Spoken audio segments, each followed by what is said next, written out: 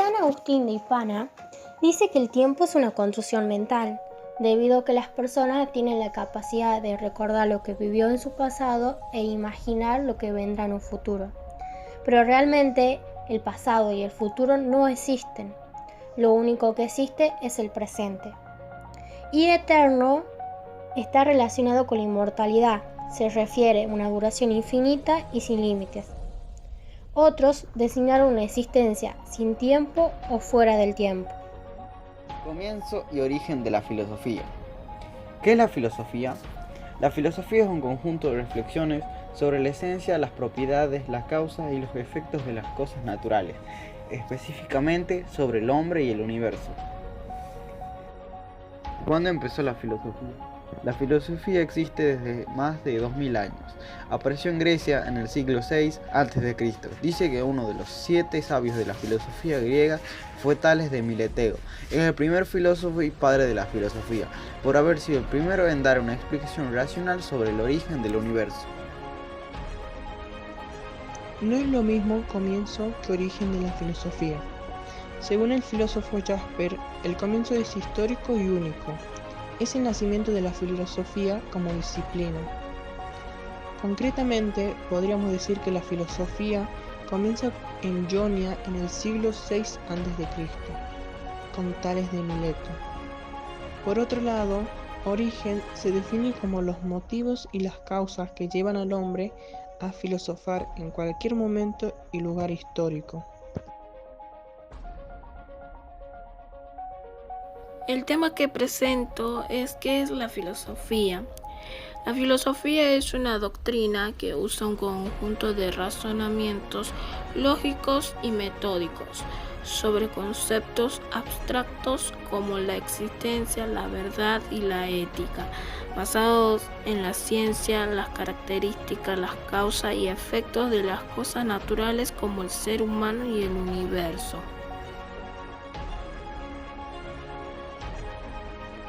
Filosofar es un acto de pensar en consecuencia, no es una actividad que precise de instrumentos, técnicas o muestras, sino más bien de la capacidad del individuo para contemplar e interpretar la realidad y a partir de ahí emitir un argumento o una opinión. Con la finalidad de filosofar no es cambiar o transformar algo material o inmaterial, sino entenderlo, no es modificar en absoluto la realidad a nuestro alrededor, sino que se cambia su comprensión y entendimiento.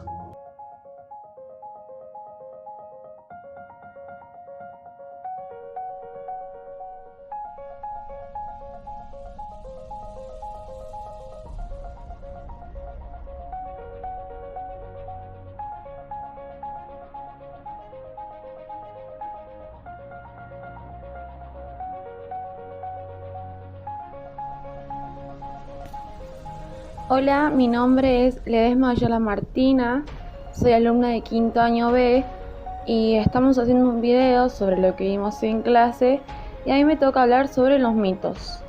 En primer lugar, ¿qué son los mitos? Un mito es un relato tradicional que se refiere a acontecimientos prodigiosos protagonizados por seres sobrenaturales o extraordinarios, tales como dioses, semidioses, héroes, monstruos o personajes fantásticos, que buscan dar una explicación o un hecho a un fenómeno. Los mitos forman parte del sistema de creencia de una cultura. Existen distintos tipos de mitos. Está el del perro familiar, el de la Pachamama, el del duende, que son los que uno más conoce. Por ejemplo, se dice que el mito del duende se supone de una cosa súper chiquita que tiene un sombrero y está, por ejemplo, el de la mano de lana y el de la mano de hierro, que dice que le pegaba a los nenes o a las nenas que le pegaban a su mamá. Pero también hay otros tipos de mitos de duende que dice que, bueno, se roban nenes o cosas así. Pero por supuesto no está confirmado, o sea, mucha gente no lo cree, por lo que no se sabe completamente si es cierto o falso. Aunque mucha gente diga que lo haya visto, bueno, otra gente también lo duda.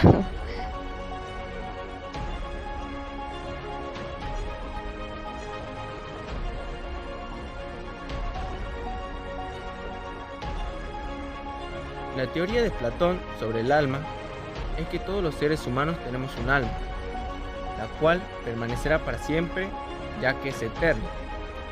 El alma en algún momento dejará nuestro cuerpo, pero irá a otro, y así se irá transmitiendo. Para Platón, el alma tenía una estructura que se divide en 3 partes. Una de ellas era la racional, otra la irascible y por último la concupiscible.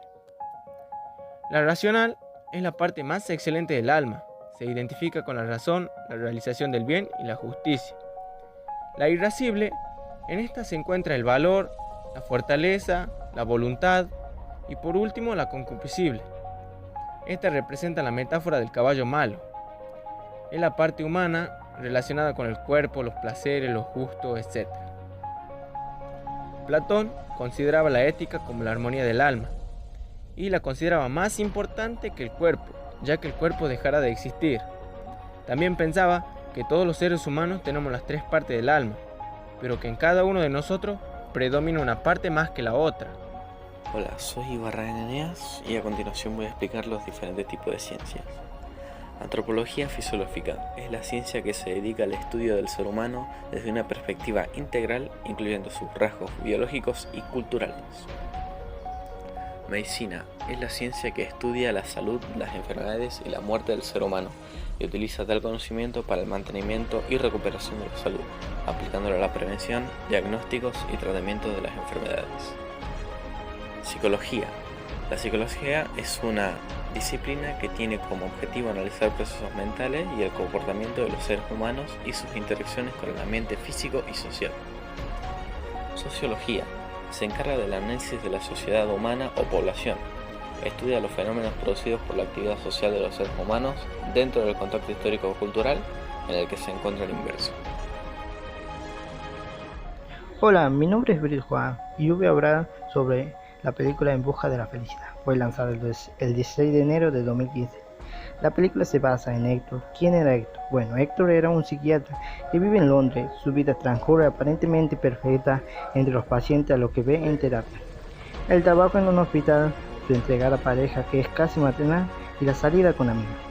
Pero algo va a desbalancearse en ese equilibrio perfecto cuando Héctor empieza a cuestionarse sobre su imposibilidad para dar respuesta a sus pacientes, los cuales se sientan en su consultorio con una larga lista de quejas e insatisfacciones que hacen que Héctor sienta impotente, descubriendo que no es feliz y que no puede hacerlos felices. Héctor, quien seguramente cobra muy bien las sesiones de terapia, decide entonces dejarlo todo y lanzarse a un viaje por el mundo para encontrar la felicidad o qué es lo que hace felices a las personas en diferentes culturas y países. Este viaje será al mismo tiempo una exploración personal de sus propios pasados, de su infancia y de sus amores.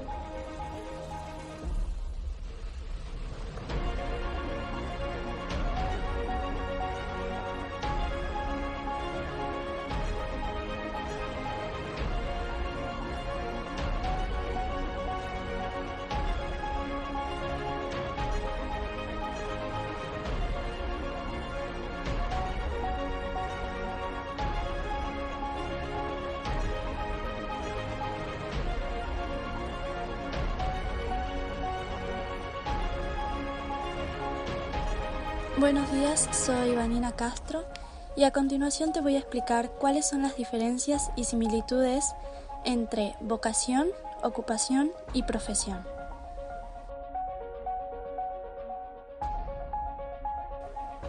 Vocación. La vocación es la inclinación o interés que una persona siente en su interior para dedicarse a una determinada forma de vida o trabajo. Es un llamado personal que define qué cursos te gustan, cómo es tu memoria, con quiénes te juntas y qué es lo que miras del mundo. Ocupación.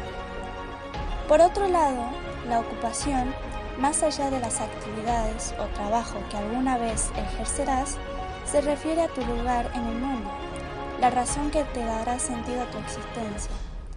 La ocupación es aquello que te va a permitir la realización como ser humano. Profesión. Finalmente, la profesión es la llave que existe entre la vocación y la ocupación. Es el medio por el cual harás realidad tu vocación para vivir y disfrutar de tu ocupación.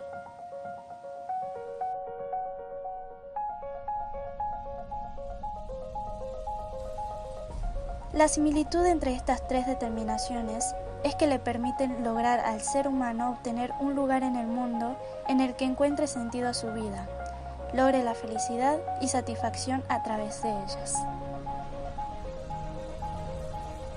Buenos días, soy Vanina Castro y a continuación te voy a explicar cuáles son las diferencias y similitudes entre vocación, ocupación y profesión.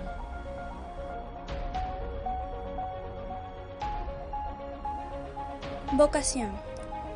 La vocación es la inclinación o interés que una persona siente en su interior para dedicarse a una determinada forma de vida o trabajo. Es un llamado personal que define qué cursos te gustan, cómo es tu memoria, con quiénes te juntas y qué es lo que miras del mundo. Ocupación. Por otro lado, la ocupación, más allá de las actividades o trabajo que alguna vez ejercerás, se refiere a tu lugar en el mundo, la razón que te dará sentido a tu existencia. La ocupación es aquello que te va a permitir la realización como ser humano. Profesión. Finalmente, la profesión es la llave que existe entre la vocación y la ocupación. Es el medio por el cual harás realidad tu vocación para vivir y disfrutar de tu ocupación.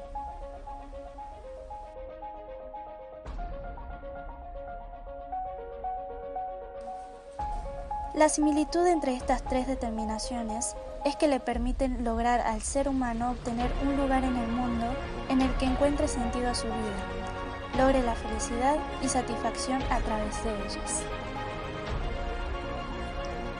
Hola, mi nombre es Cristian Suárez y voy a hablar sobre qué es el ser en sí y el ser para sí.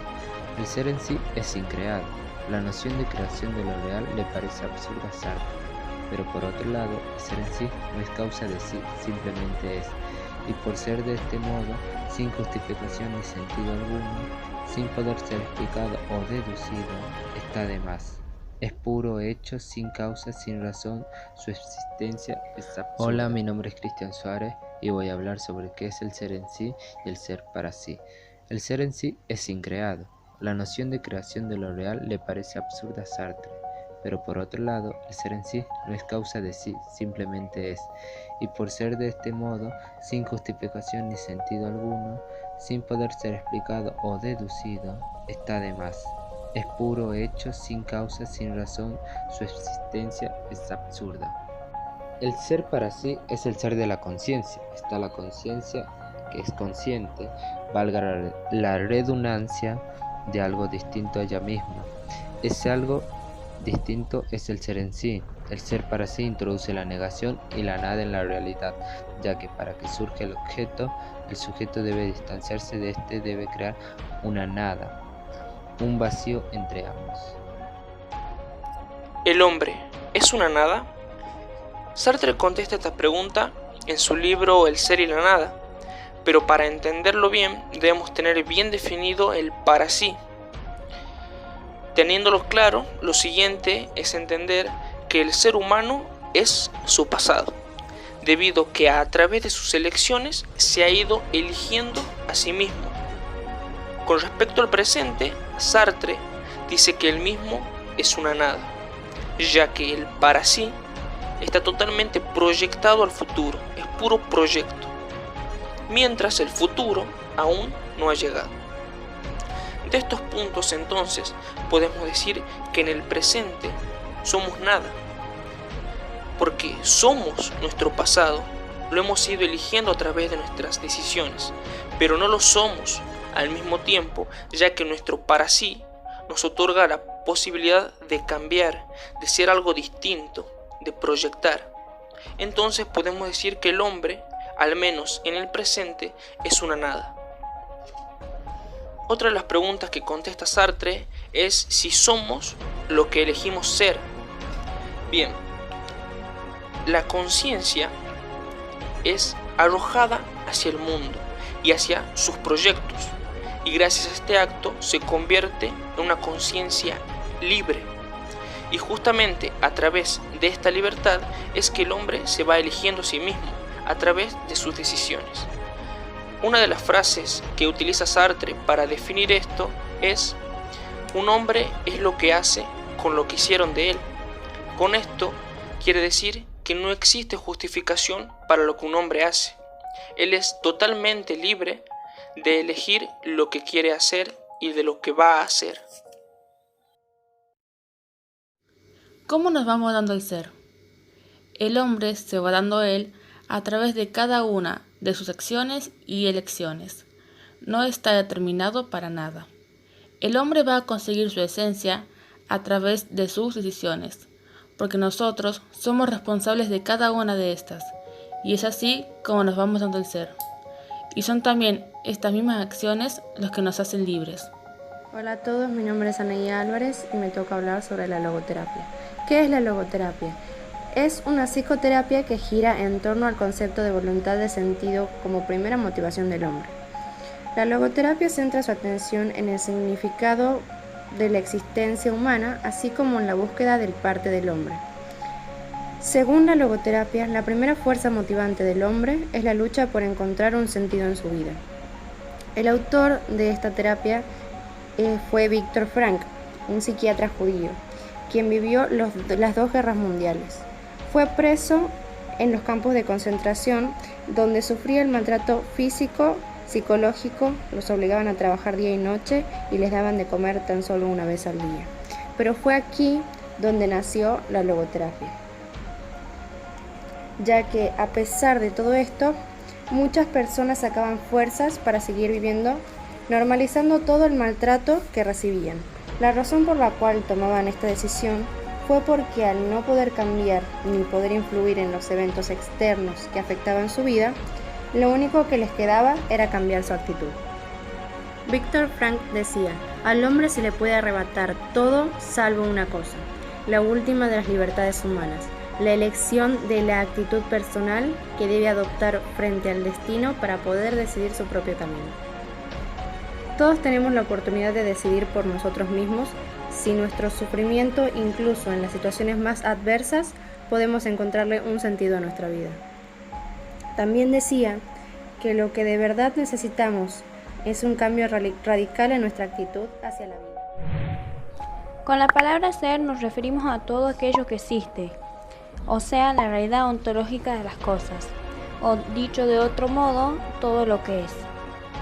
Ser es todo aquel que posee un alma, como por ejemplo un individuo, ser humano, una criatura, ser vivo o una entidad, ser supremo. El verbo ser también sirve para definir e identificar a algo o a alguien, como es, por ejemplo, yo soy humano, tú eres mujer, él es profesor. Ser es lo que llamamos la esencia o la naturaleza de algo, es decir, es todo lo que tiene vida, pero la cuestión radica en la importancia que les damos a cada vida. La esencia se entiende como un conjunto de cualidades o características permanentes e invariables que constituyen su naturaleza y hacen que una cosa sea lo que es, y sin las cuales dejarían de serlos. Es decir, son aquellos rasgos que permiten definirla y hacen que un ser o objeto sea lo que es. La existencia señala la realidad de un ente y se utiliza cuando queremos hablar sobre si algo existe o no, en la cual se contrapone al de la esencia, es decir, existe cuando sale de la interioridad de su esencia y otros seres pueden estar en contacto con él.